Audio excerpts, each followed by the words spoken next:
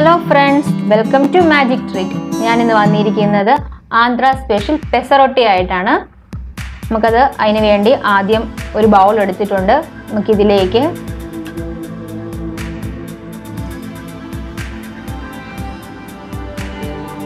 ഒരു കപ്പ് ചെറുപയർ ഇട്ട് കൊടുക്കാം.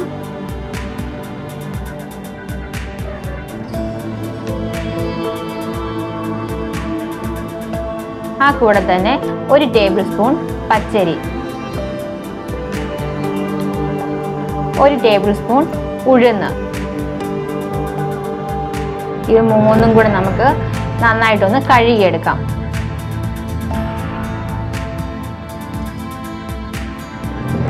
പിന്നെ നന്നായിട്ട് കഴുകി എടുത്തിട്ടുണ്ട്.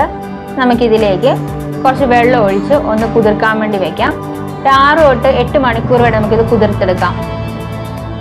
കുതിരാൻ വേണ്ടി വെക്കാം. അപ്പം നന്നായിട്ട് കുതിർന്ന് വന്നിട്ടുണ്ട്. ഇനി നമുക്ക് ഒന്ന് അരച്ചെടുക്കാം.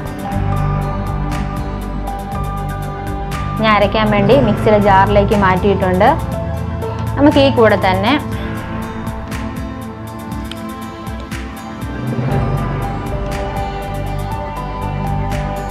മൂന്ന് പച്ചമുളകും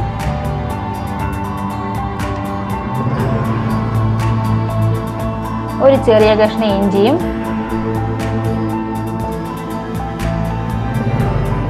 ആവശ്യത്തിന് ഉപ്പും ചേർത്ത് നമുക്ക് അരച്ചെടുക്കാം. ഉപ്പ് വേണമെങ്കിൽ അരച്ചതിന് ശേഷം ഇട്ട് കൊടുത്താലും മതി. ഞാനിവിടെ അരയ്ക്കുന്നതിൻ്റെ കൂടെ തന്നെ ഉപ്പിട്ട് കൊടുക്കുകയാണ്.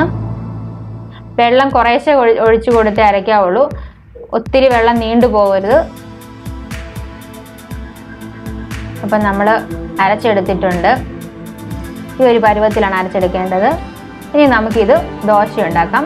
ഇത് അരച്ചിട്ട് പൊങ്ങാൻ വേണ്ടി വെക്കുക, അങ്ങനെ ഒന്നും ചെയ്യണം. നമുക്കിത് അരച്ച അന്നേരം തന്നെ നമുക്കിത് ഉണ്ടാക്കാവുന്നതാണ്.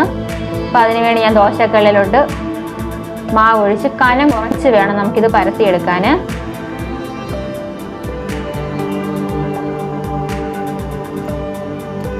നല്ല കനം കുറച്ച് പരത്തിയെടുക്കാം.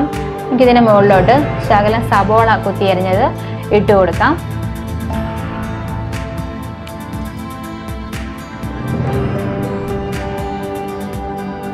നമുക്ക് സബോള നന്നായിട്ട് ദോശയിലോട്ടൊന്ന് തേച്ച് പിടിപ്പിക്കണം.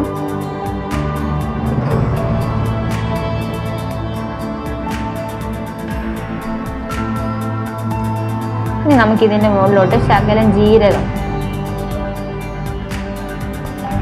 കൂടി ഇട്ട് കൊടുക്കാം.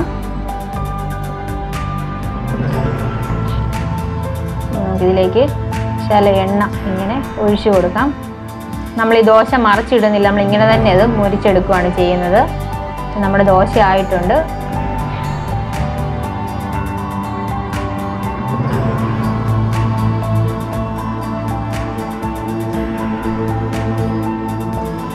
ഇതെടുക്കാം.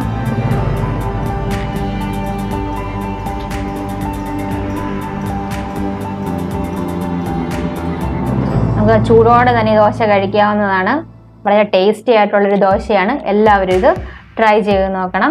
ഇഷ്ടപ്പെട്ടെങ്കിൽ ലൈക്ക്, ഷെയർ ആൻഡ് സബ്സ്ക്രൈബ്.